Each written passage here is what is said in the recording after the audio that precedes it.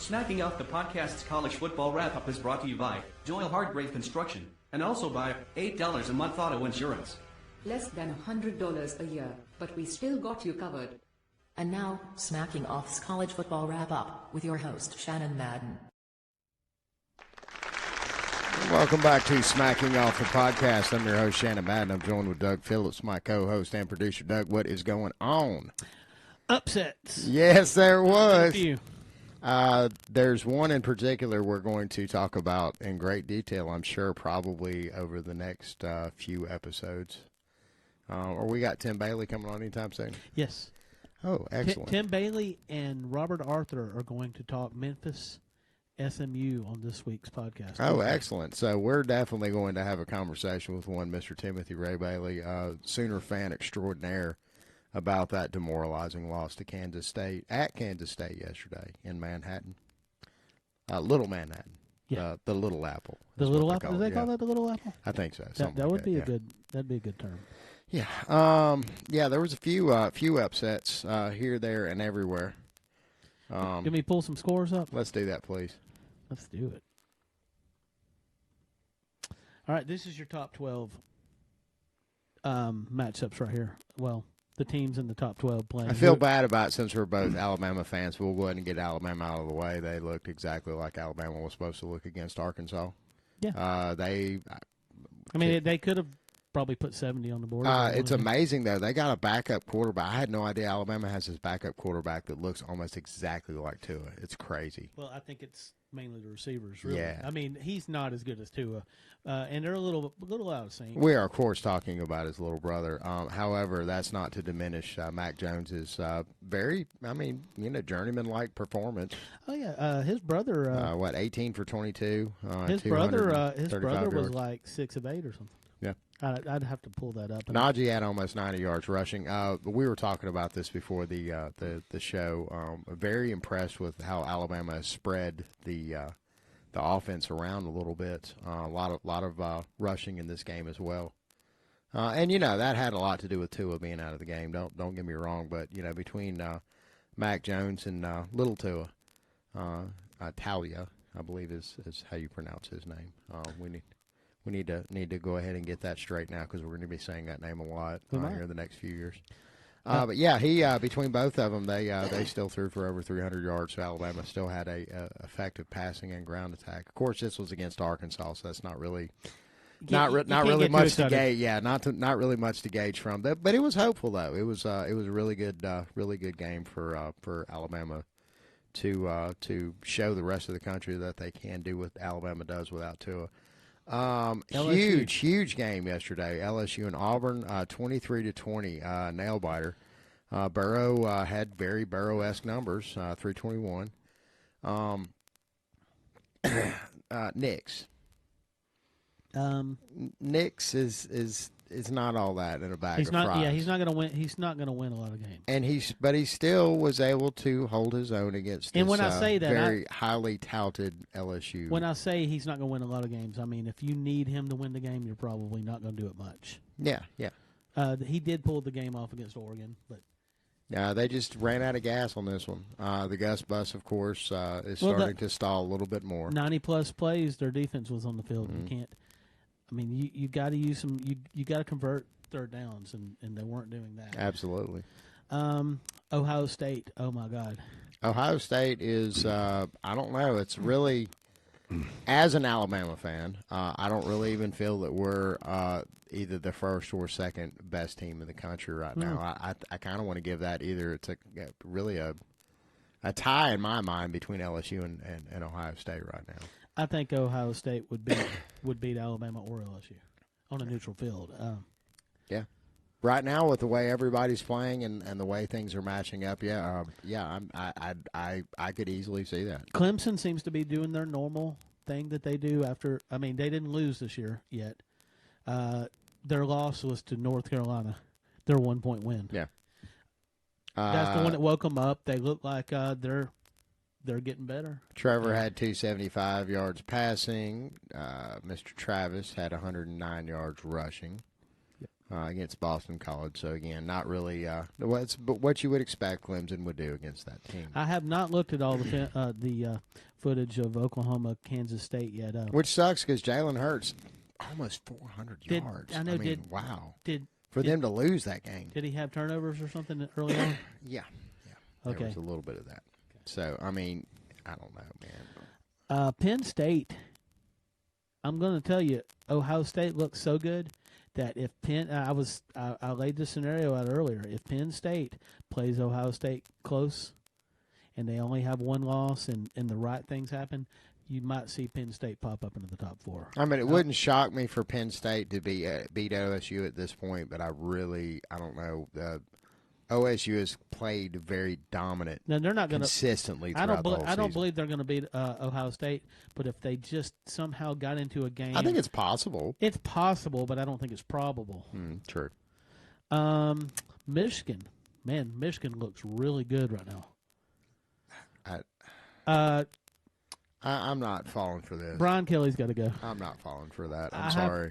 I have to agree with Sean Devine, our resident Notre Dame fellow. Kelly's got to go. If I'm a Notre Dame fan, I'm ready for him to go. I mean, you could have made this argument 2 years ago, like somebody had said earlier online, but it's obvious he's not going to hit that place that Notre Dame needs to be. It's just not going to happen. Yeah, well, the same could be said of Harbaugh because I mean, again, this is not. I don't know. This really reeks of a fluke win to me. I can't just for the life of me imagine. And I saw very little of this game yesterday. I didn't see any reason to watch it because I could give a fuck about. We'll get Michigan. to this a little later, but so Oregon pulls off the win against Oregon is still in the hunt, y'all. And so is Utah. The Pac-12 is still in the hunt, and Utah whooped that ass against Cal. Let's just go ahead and move to this since we've looked at all these scores. And I just want to see if you see a trend here. Now, this is not the committee's poll, so it does make a difference. But when is the first committee polls coming out? Soon. Yeah, very soon. But anyway, you got Oregon at 7 and Utah at 9. Mm-hmm. They're getting prepared for now. Is Utah in the north? No, is Utah the south or the north? I would figure the south, just geographically, anyways. I don't know how they divide things all squirrely up over there. I can look that up. Yeah, real quick. I can look it real quick. Pac-12 standings. Utah is in the south. Mm-hmm. Okay, they're definitely setting up a big Utah-Oregon Pac-12 championship. And you may see the winner of that game. If these two teams went out, you may see the winner of that pop into the top 4 too. I did not lay out that scenario earlier because I really don't believe that either one of these teams will win out. But if they do, look out because the Pac hasn't been there since Washington in 17. And look at Florida still hanging around there at number 6. Florida 16, just will not go away. They will. They're going to go away. Georgia's probably going to beat them. I mean, maybe. Georgia will Georgia's beatable, though. We know that now. Oh, yeah. Yeah. Georgia goes to Auburn, so there's that. There is that. Oklahoma hung into the top 10. They're still in the top 10. Yeah, whatever. I think if you continue to have, because you've still got Minnesota hanging around down there. Minnesota's got which one coming up? Penn State? How about this? Two loss Auburn over Baylor and Minnesota, who are combined 16-0. Yes, Baylor's in the Big 12 though, and Minnesota. No, combined 15-0. Yeah, Minnesota's had a pretty. Well, is Baylor still undefeated? No, Baylor has a loss. Minnesota's undefeated, right? Yep. San Diego State jumps in. I mean, we got a big, and we're going to feature this game this week. Memphis and SMU. That's a big Group of 5 game. It's actually ABC's game of the day. Really? That don't happen often. No, that hadn't happened in my lifetime. SMU and Memphis, well, as a big featured game. It's big. I mean, come on, man. Let's go ahead and pull up our radar here and look at some of these teams. And I pulled them up, and You got Minnesota at 8-0, and I don't know if this is a fluke or not. I mean, these guys they're kicking ass. I mean, they just handled Maryland like they were Maryland. Yeah, man, do I need to talk about we have devoted way too much airtime to Maryland this season. I'm just going to leave it at that. Baylor's season comes down to Oklahoma. And Oklahoma's angry now.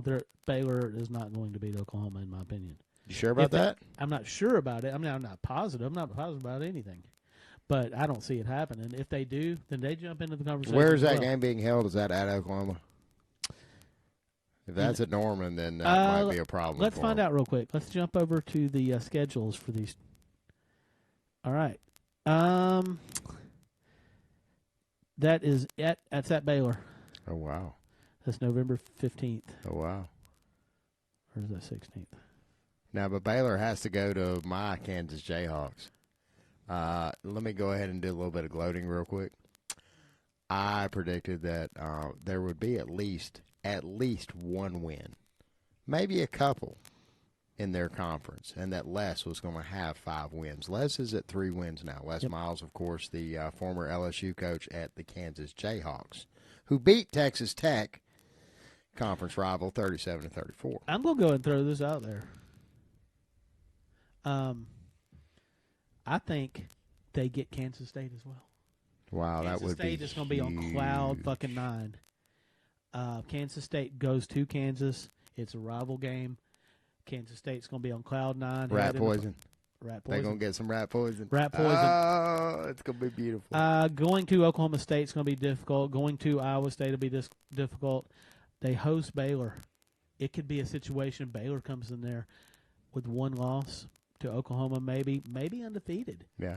That they got a chance to knock off a fucking top 10 team at the end of the season. Wouldn't that be awesome for him to happen. run the table and actually be bowl eligible his first season back? I think that's probably big time. That's probably asking a little too much with it is. what they got left. But yeah, I mean they don't have a huge amount of talent. They do have a tremendously good running back. The quarterback's not awful. I think that SMU, if the right stuff happens, and I'm going to tell you right now, if Oklahoma drops another game, and I laid this scenario out on the page earlier, if Oklahoma drops another game, Oregon drops a game again, if the right stuff happens, and it's not long shot stuff really, I mean, Oklahoma's defense, you've seen, they're capable of losing another game. SMU could become the first group of 5 team to pop into that. Shut up. I'm telling you. UCF fans, eat your heart out. I love that. Eat ass, actually. Oh, and Mackenzie Brooks is her Hawkeyes. They are, let me go back to this radar. 7-1, right? 6-1, 7-1. Yeah, they are 6-2. 6-2. 6-2. That's still, and Indiana's 6-2. Wow. They beat Nebraska, I believe, at Nebraska. Where are my UAB Blazers at? You know, I should have put them on here because I did put. They only have 1 loss on the season. Next week, they're going to have to make the radar. Yeah, they have to. I think they had a bye week this week. I'm waiting for them to upset Tennessee because then we're going to have they're going to be the feature team of the day. That would be amazing. Absolutely. That's not supposed to happen, of course. And we'll. I think Tennessee should be able to handle that game, but still. Let's go ahead and jump to a boy can dream. Let's jump to the biggest losers of the week, and then we got a special guest coming on. One of our first guests to ever come on the podcast.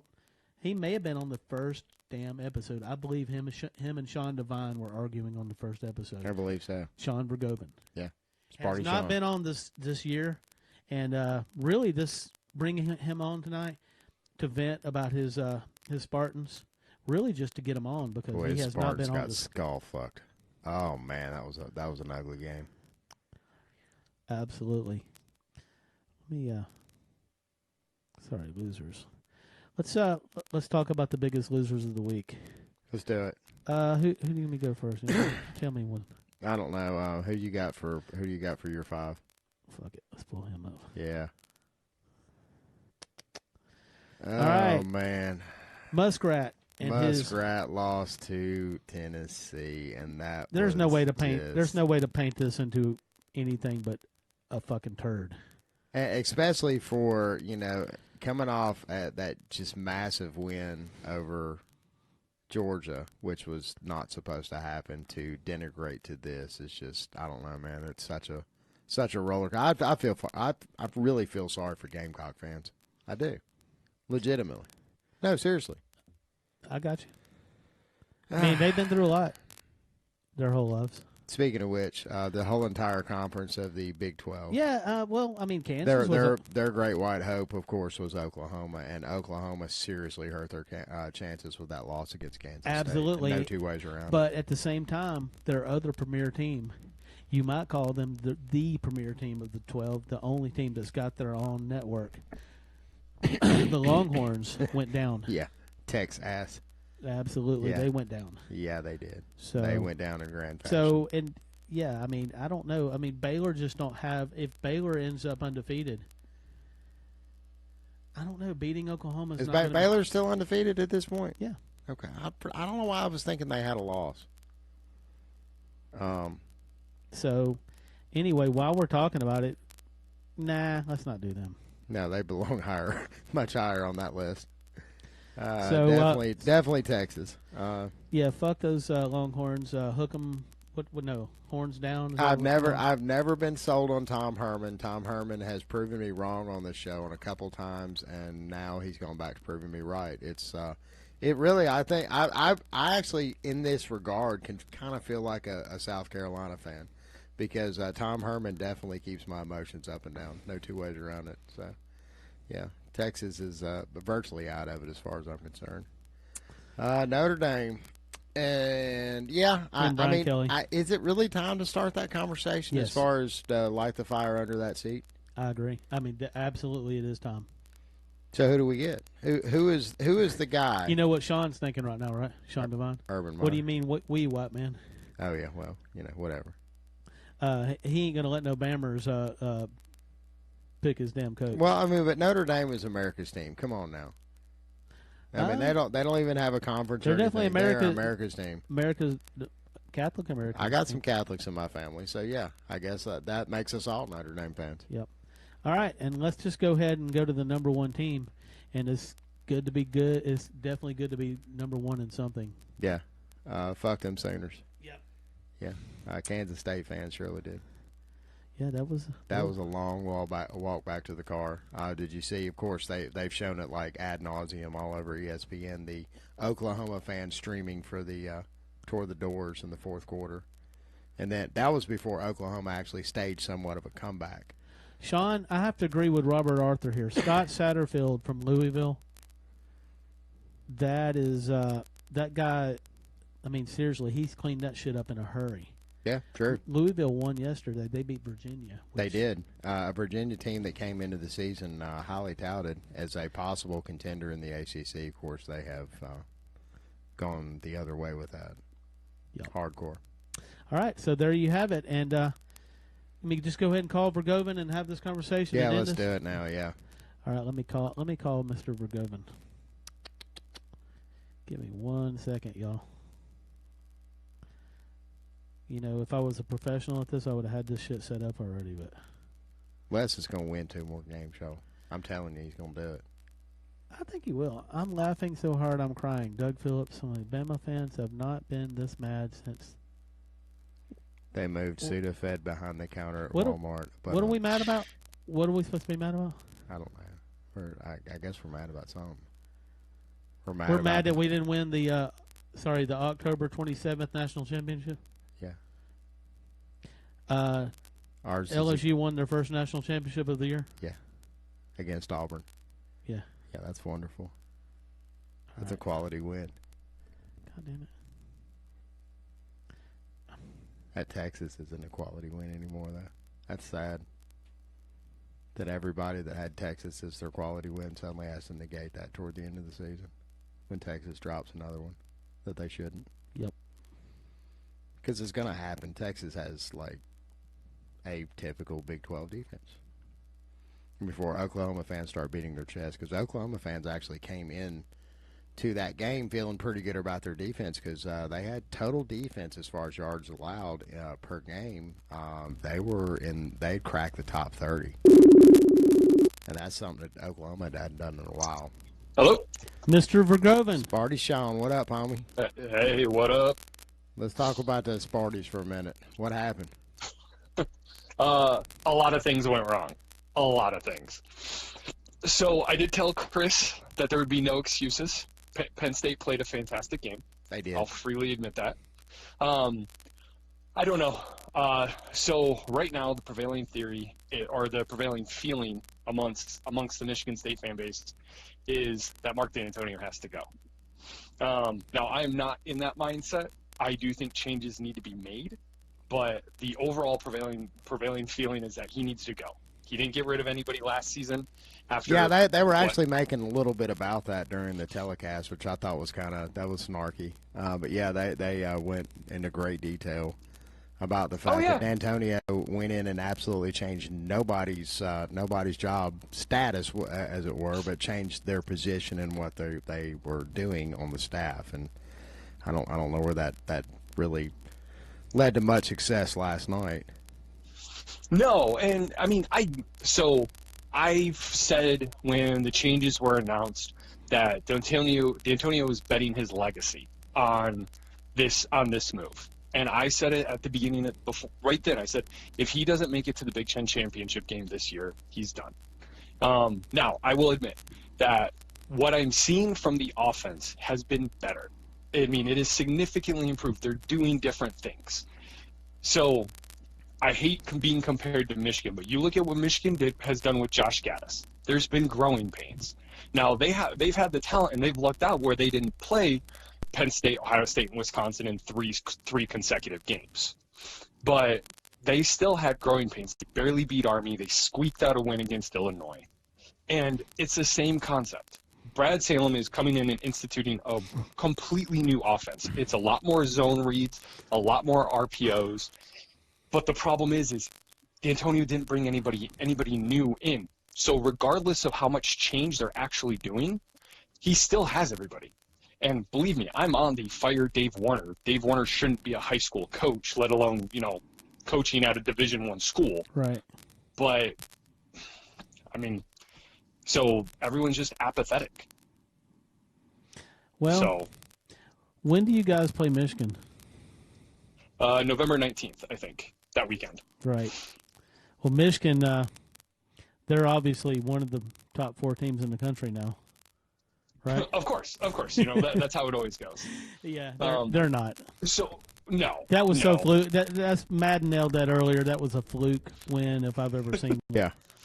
Well, I think it's a snowball effect, right? I mean, hell, the Replacements, the movie with Keanu Reeves, they talk about it. That quicksand thing. Once Notre Dame handed that ball back after that first punt, it just kept snowballing. There was nothing they could do. Like, it just kept going down and down and down. And eventually, Michigan, just to their credit, they ran for 303 yards, but they only threw like 9 passes. Right. So it's not like this is anything new. This is what Harbaugh does. He runs the ball because that's what you do in the Big Ten, right? You run the ball. And so as far as D'Antonio you run the ball when you don't have a quarterback that you can rely on to get the ball, moving in the air. Regardless of whatever kind of coach you are, because as Alabama fans, we've gotten used to seeing a lot of run-based offenses over the years, and particularly early on in Saban's career. But now we've got a whole stable of receivers and just completely talented quarterbacks. So I mean, if you've got that in your drawer and it's going to help you win the game, then you definitely want to utilize that. And I only bring that up because we have brought up on this podcast numerous times, because we are SEC homers, and we've seen Shea Patterson long before he got up to Ann Arbor, and he was not all that in a bag of fries. I mean, he showed a little bit of promise here and there, but I think that's why Michigan is still continuing to rely on the run. It just doesn't trust Shea Patterson. Sorry. And to be perfectly honest, I wouldn't either. I mean, if you look at what Shea's done, Michigan put the ball on the ground, 4 or 5 times last year? Mm-hmm. They've put it on the ground 17 times this year? Yeah. And Shea's directly responsible for 9 of those? Yeah. I mean, I get it. You get bad protection. They knock the ball out as you're trying to throw. Sure, got it. But I mean, he's putting the ball on the ground multiple times per game. Yeah, Multiple. and that's not So an I agree. accident. There's something that needs to be fixed there, or there's a personnel change that needs to happen. One of the two. I mean, we don't mean to hate on Shea Patterson, but there was a few Michigan fans that early on in the season that were really high on the fact that this high-powered quarterback was finally going to come in and shake up the offense, and we all just quietly laughed at each other. It's like, oh, Shea Patterson? Yeah. I mean, what did the media Sure, said that's that gonna be great. didn't the media make Michigan the favorites to win the big?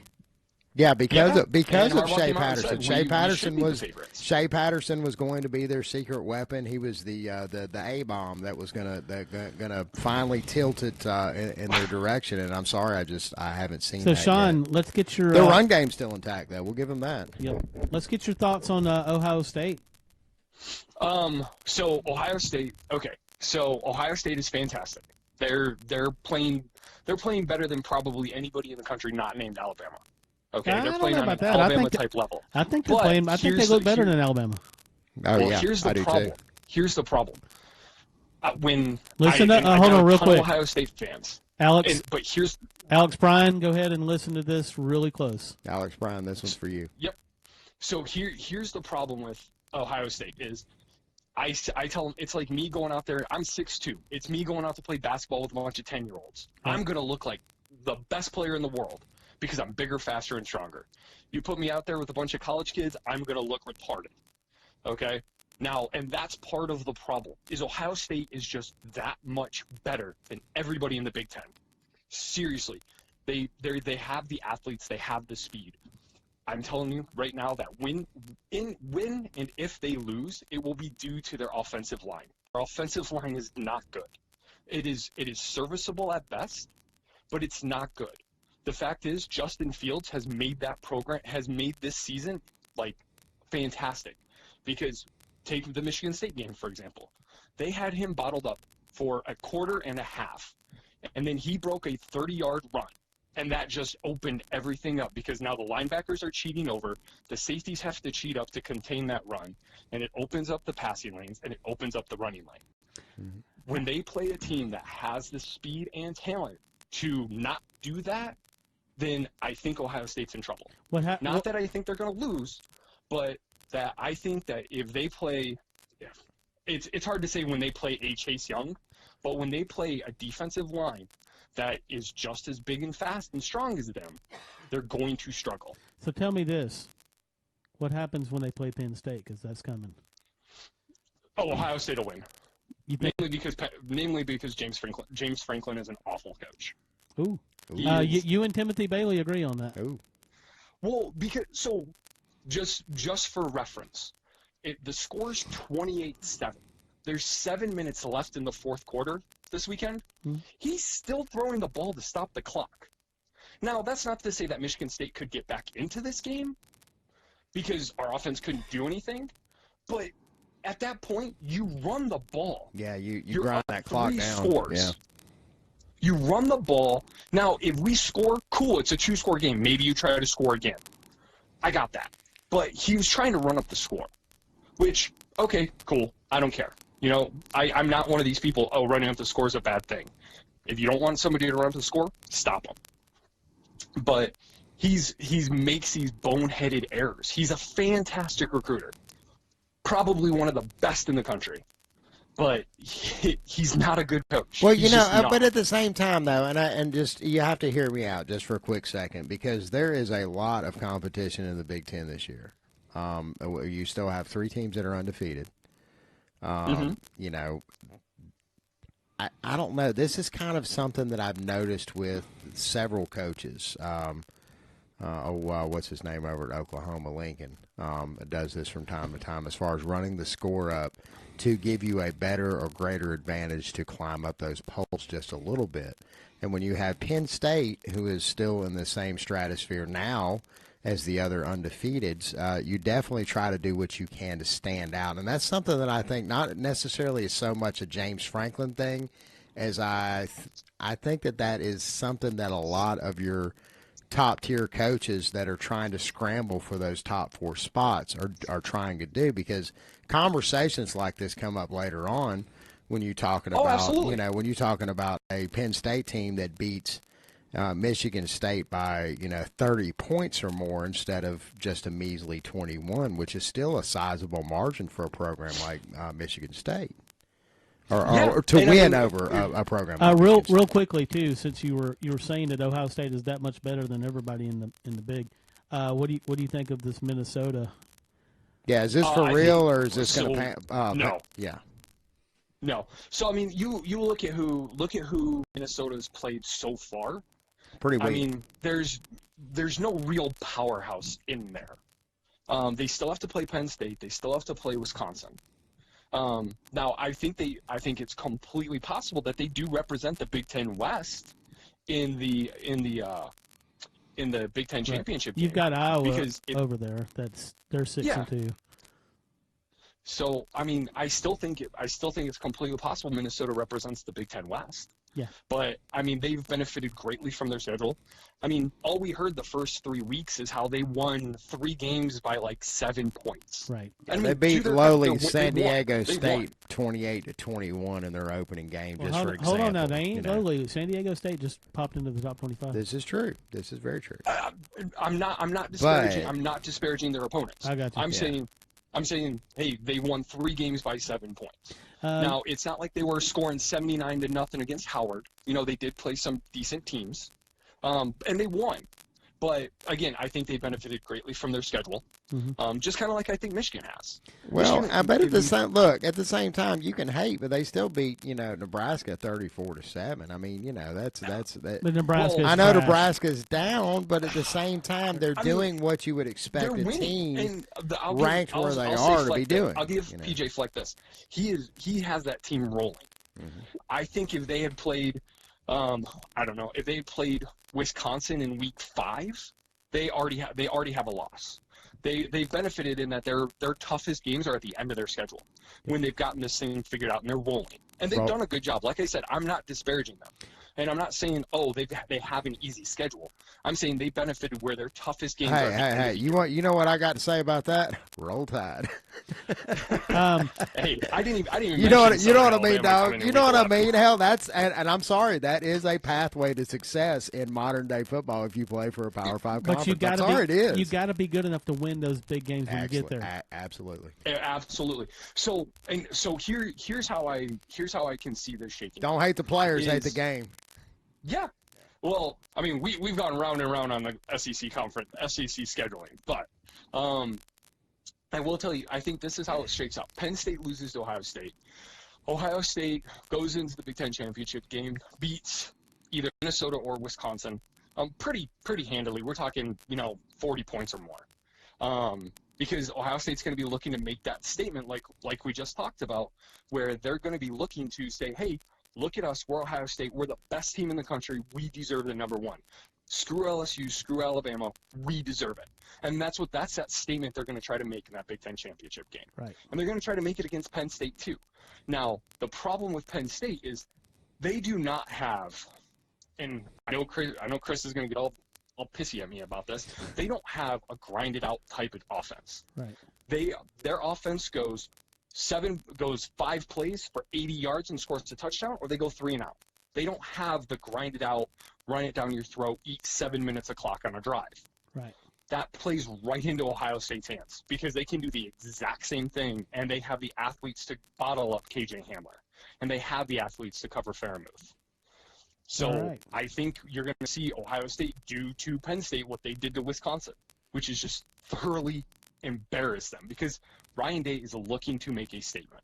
He is looking to. Well, he's he's looking for he's them done to say that already, and Ohio State is the number 1 team in the country. it's just going to expand the statement at that point. Well, Penn State better not Yeah. look past this upcoming Minnesota game, though, See, 'cause that could give them trouble. Ohio State has Absolutely. Ohio State's already taken care of Indiana, but Indiana's got 6 wins. That's So pretty amazing. Ohio State lucked out in that Mike Penix Jr. It was out that game, so they were stuck with Peyton Ramsey, who's a lot less mobile and a lot less good of a quarterback. Right. I mean, not Now, nowhere am I saying that Indiana wins that game, But it would they have been a give them closer a game. hell of a more competitive game. Gotcha.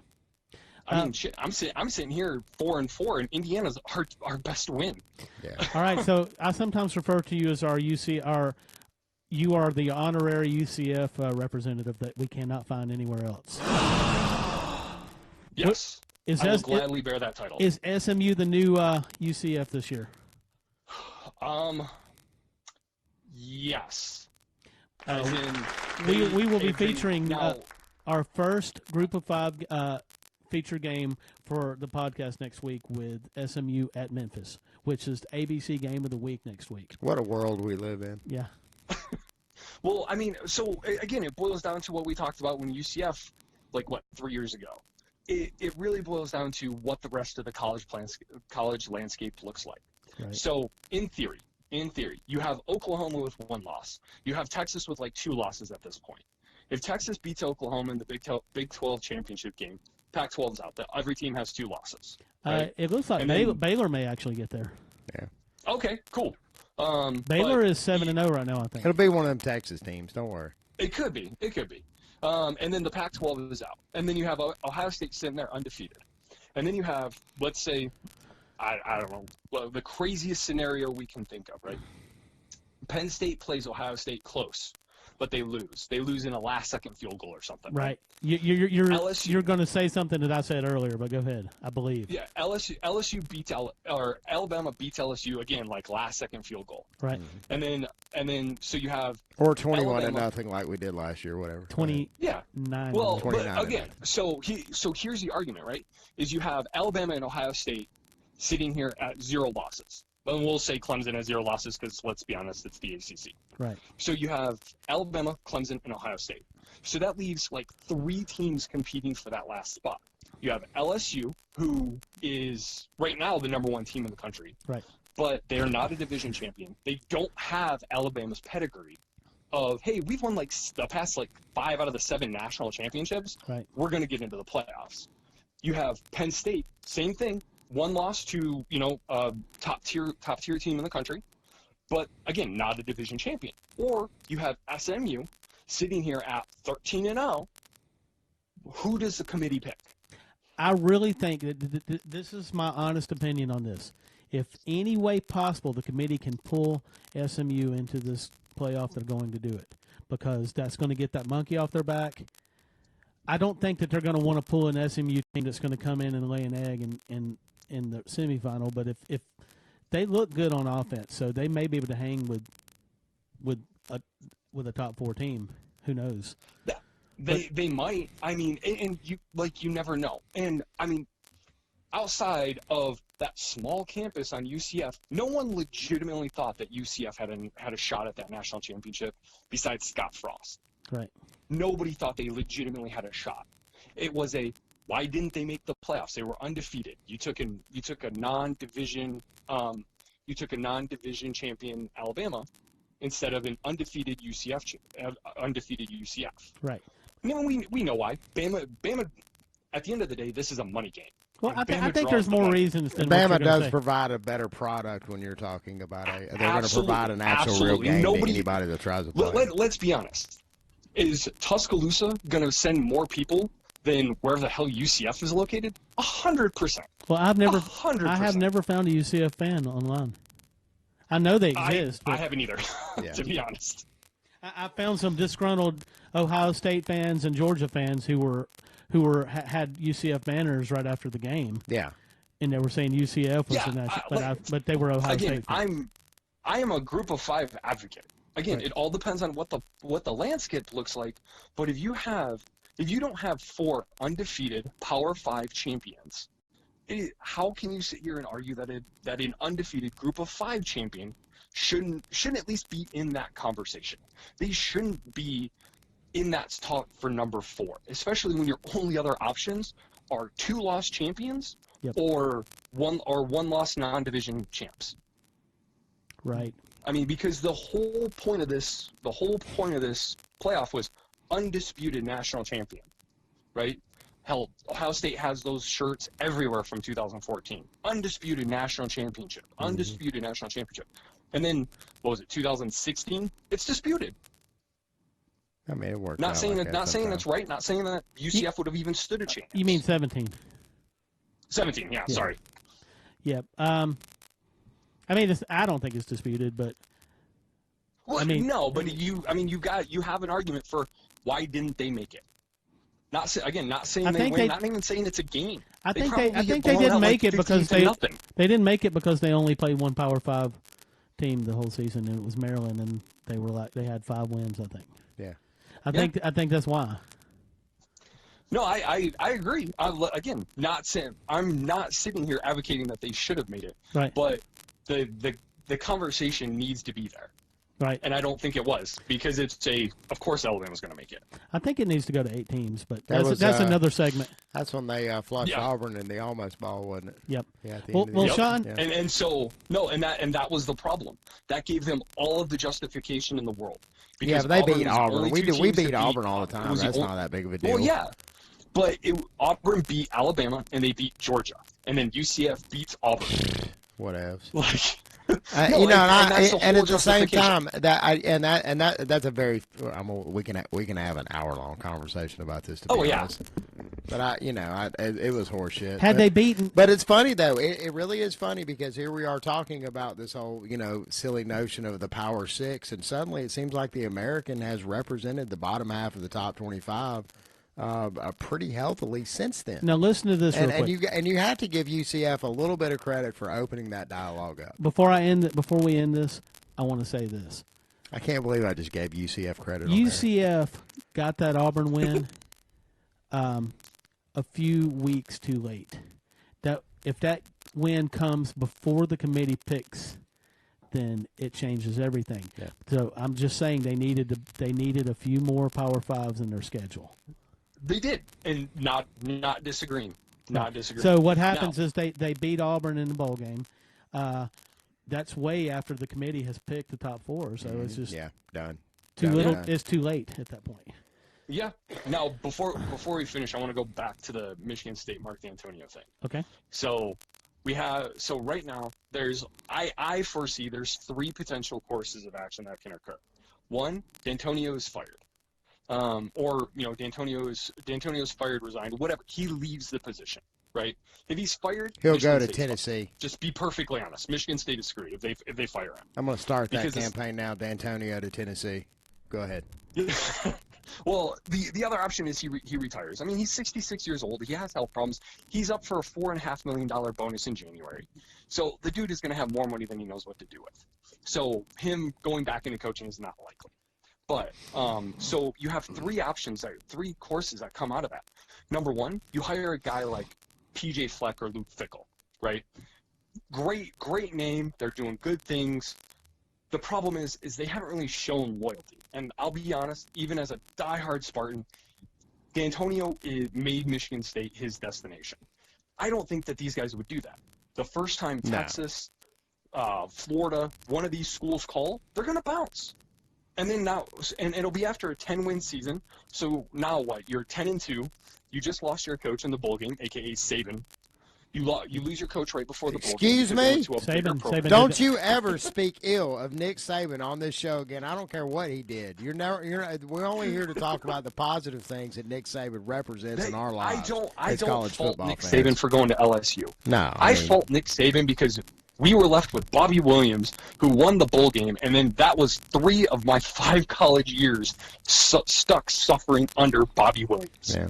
That's what I blame Saban I for. think that's why Saban did it. He was thinking, I really would like to leave Vergoven here to spend his last But- 3 and then college years with Bobby the Williams. other option, so option number 2 is you have a coach that comes in, the Harbaugh, we'll call him the Harbaugh, right? Wins 8-9 games, never really threatens for the Big Ten championship on any type of consistent basis, and that's just the new norm for Michigan State. We win 8 or 9 games where we don't win another conference championship for like 5-10 years, and our season is justified by beating Michigan and making a semi-decent bowl game, which is Well, hell, if that's the completely case, possible. then you could get Gus Malzahn. Gus Malzahn will give Yeah. you that. Yeah. And then That's the option best. number 3. He's really which cheap. I would think say is Mark the- Rick, but he's he's Option number 3. He's in the hospital right now. Option number 3, the most unlikely one, is that D'Antonio gets another year. He sees the error of his ways. I'm okay with Brad Salem as the offensive coordinator, but all the position coaches need to go. He cleans house on the position coaches, brings in new talent, up-and-coming talent. He rectifies the situation, and then he hands it off to either Salem or Tressel or whoever when he retires in a year or two. I don't think it's likely because half the fan base, and I mean, we're talking diehard Spartans, the people that were in the stadium yesterday, like I don't know if you guys saw the game. It was sheets of rain. Oh yeah, like it was 20 nasty. degrees. That was a nasty, People were nasty just soaked game. and cold. And these are the people that are in the stadium, and they're calling for D'Antonio to essentially resign or retire or fire or whatever, be gone. I honestly don't know if he would be given another year. Now, the thing playing in his favor is Tom Izzo has his back, and Beekman, our new athletic director, D'Antonio and Izzo handpicked him, so I really don't think he's going to fire him. So I don't know. Now, the only upside for Michigan State is we have basketball. Like, we have basketball to look forward to. And honestly, that's where I would say probably 75 to 80% of my fan base is at this point. We play Kentucky in like a week and a half for basketball, and that's about it. So you're That's just about it. you're We'll just tune out you're, until you're November just giving 19th. up on the whole football. Just fuck this. We're going to be a basketball. Auburn's school. kind of saying the same shit right now. Yeah. Yeah, I mean, and it's going to be November 19th. They'll tune in for that game. That's actually and going to be a they'll hope and big pray we game. beat Michigan State and Auburn, NTA basketball. Are they Yeah. playing basketball? Oh yeah, that's going to be a big. I didn't That's know going to be a that. big game. Pearl's still at Auburn. He's got the So- boys coached up. Yeah, honestly, I don't know where it goes. If something happens in the offseason, I would love to come back and talk about where the direction of the program is going to probably most likely be headed. But yeah, I mean, this football season, a lot of people, and when I say we, the Michigan State fan base, came in with, I would say, semi-high expectations. We didn't come in expecting to win the Big Ten, but we thought we could challenge. You know, we knew we had Murderers Row set up with Ohio State, Wisconsin, and Penn State, like back to back to back. But it wasn't like, oh my God, these games are insurmountable. We can never win these games. Right. Now, that was before. We just played the top 3 defenses in the Before country. y'all figured out they were insurmountable. Yeah, but when you get outscored 100-17 in those 3 games, you're gonna lose the fan base. Yep. So And that'll get changed as up at the top as quick as anything will. yeah, and it wasn't. So again, Ohio State, you know, they showed fight. They got their teeth kicked in, but it wasn't like they weren't trying. It wasn't like, oh my God, this team has quit. But with Wisconsin, they didn't seem to care. They didn't seem to fight. They didn't seem to want it. Oh yeah, And they then we laid saw the more. fuck down. We saw on more that of it one. yesterday Yeah. or on Saturday. Yeah. All right, Sean. Man, it's good to have you on, and we're going to get you back on before the end of the year. Maybe we'll we'll do a group of 5 segment. Now Yeah. that your Sparties are not going to be conversation worthy. Hey, we're as fighting much. for bowl eligibility at this point. Yeah, it works like that. you It'd look be at our like that remaining sometimes. schedule, we have Illinois, we have Michigan, we have Rutgers, and we have Maryland. Yeah, you should The be able only to one on win. there that we're You should be guaranteed able to to win win is 2 of those Rutgers. games. Yeah. Things are setting up, I don't know. though, Illinois game should for be an right. interesting conclusion of the year in the group of 5 area, in my opinion. Oh yeah. All right, and I just want to tell everybody we're going to be coming Tuesday this week instead of Thursday, which is Halloween Day. In our feature game, you can see it in the graphic right now. Sorry. All right, y'all. It's been a great show. All right. Sean Vergoven, All right. Doug Phillips. Thanks. I'm Shannon Madden. Bye guys. Bye-bye. Fuck out of here.